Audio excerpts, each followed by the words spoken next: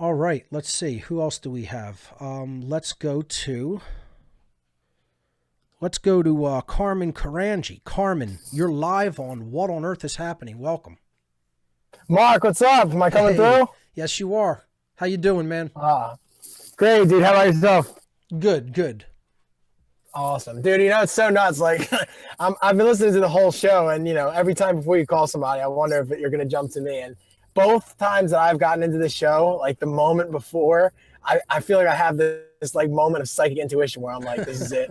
I'm literally driving in my car. I'm like, this is it.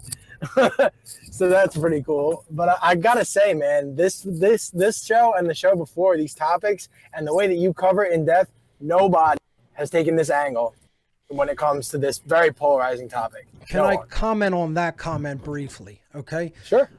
I have to say, I would really, really love to see more people covering topics and dynamics regarding what's taking place in our world from the moral, natural law, first principle based objective, rather than any other political, worldly, financial, economic. You hear all of this political talk, but so few people go to the moral core or the moral center of something, and so few argue from real first principles. And this is why some people will say, oh, I talk arrogantly about myself. And I say there's nobody out there really covering things like this. But in all honesty, there are so few, you can count them on one hand, So I do listen. I do listen back to some shows to see how I do. And honestly, when I listen back, one of the things I always say, and I know this is going to sound egotistical to people, but trust me, it's not. It's actually something that I consider with somberness and sadness, okay? I hear the job that I do on some of the shows that I do, and I say to myself, why aren't there 100 people or 1,000 people doing this like this and even better? And I can't believe that I'm one of the only people that is covering these topics from the points of view that I cover them from. We need to do better in that sphere. We need to have way more people talking about things from first principles. So, it's not an arrogant or egotistical thing. I'm just being honest that I don't see it that much. But when I hear myself talking about it in these ways, I sort of am like, wow, I did a really great job in covering it from that perspective, which is so lacking in the world. And I wonder why it's lacking. And I realize it's because people really haven't spiritually gone far enough into natural law and moral, true objective morality-based principles, unfortunately, because it's very occulted and hidden from us. Yeah, it's occulted, but on top of it, they're so used to extravagant rationalizations for things, because that's all we get taught. Like it's when you're a kid, like you do kind of operate from like first principle. You're like, you're like, Mom, isn't like electricity a renewable resources? Why do we still use like gas for like cars and stuff? And like the mom will come up, she'll try to remember whatever weird explanation that overcomplicates a very simple, thing. and that's like what people's like modus operandi is. But yeah, like let me ask you something. As a person who's been engaging in a plant-based diet for many years, what is the biggest justification that you hear for people not moving more toward a plant-based diet in your life? What do you hear from people who won't engage this dynamic or just acknowledge that it's a better way to be in the world because it causes less harm, and where they're falling short in even acknowledging that this is true? What's the justifications you hear spouted from people?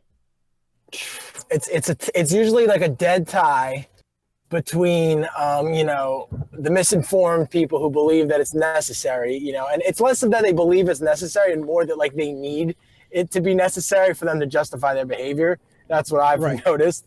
But that's the biggest one for me. I think more people still believe that human beings must eat meat to be in optimum health.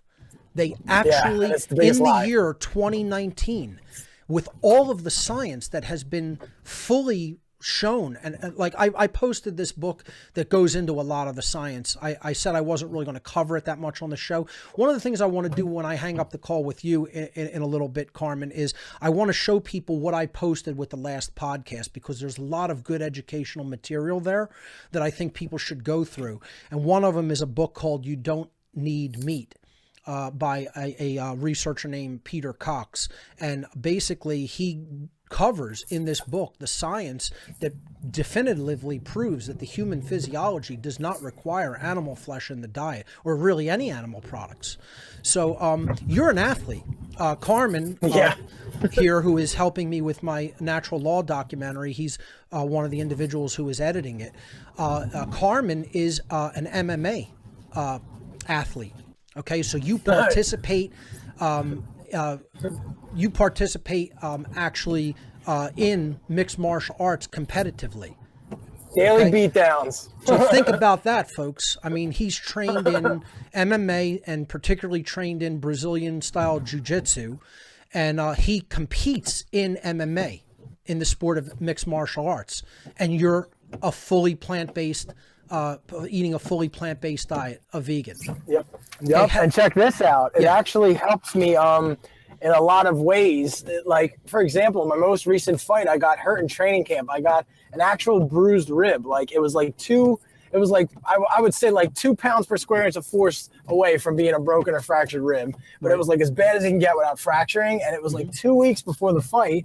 But since basically what heals your body is the rate of which you can, get rid of inflammation. Right. When you have a plant-based diet, things like that heal at phenomenally quicker rates. Like, I noticed that when I transitioned, and now like I can rely on it. It's actually, I rely on it as a form of white magic, to be completely honest, to sort of like transcend the injuries I do sustain. Like, you know what I mean?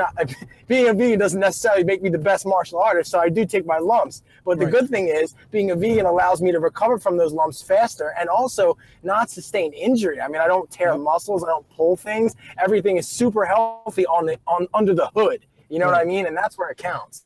Yeah. I mean, I think another thing I should have mentioned when it comes to like positive nutrients to put into your body, things that help with inflammation, like turmeric. This is an incredible spice that people should be using for anti-inflammatory, as an anti-inflammatory. And then you mix that with things like black pepper, piperine, and it'll be absorbed into the body even faster and more readily. So, people should look into turmeric formulas, or just buy a bunch of powdered turmeric and encapsulate it, buy vegan capsules and, cap it up and, just take lots of it, because inflammation is the source of just about every disease. Exactly. It's the root cause. And that's kind of like how I like to try and approach veganism. I take the balanced approach, but I also try to almost in a way, like sort of like market it to the individual, in the sense that like, hey, look, this is going to make you feel like 50 times better than however you feel right now if you're a carnist. Like on every level, physically, mentally, and spiritually, your life is just going to glow. Sure.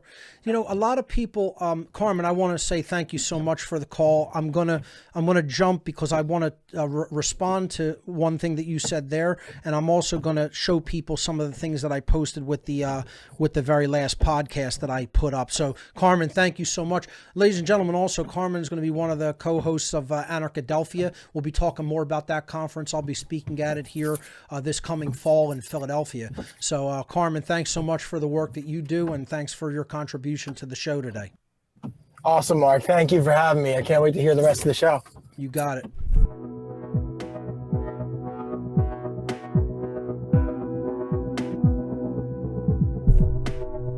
Join the State of Anarchy this September's Harvest Moon in Philadelphia, Pennsylvania, where this gathering of like minds aims to foster unbreakable relationships between the movement's leading forces, whom teach self-love and ownership, blockchain techno-economics, as well as exposing the Earth's sacred hidden knowledge. So will we see you there?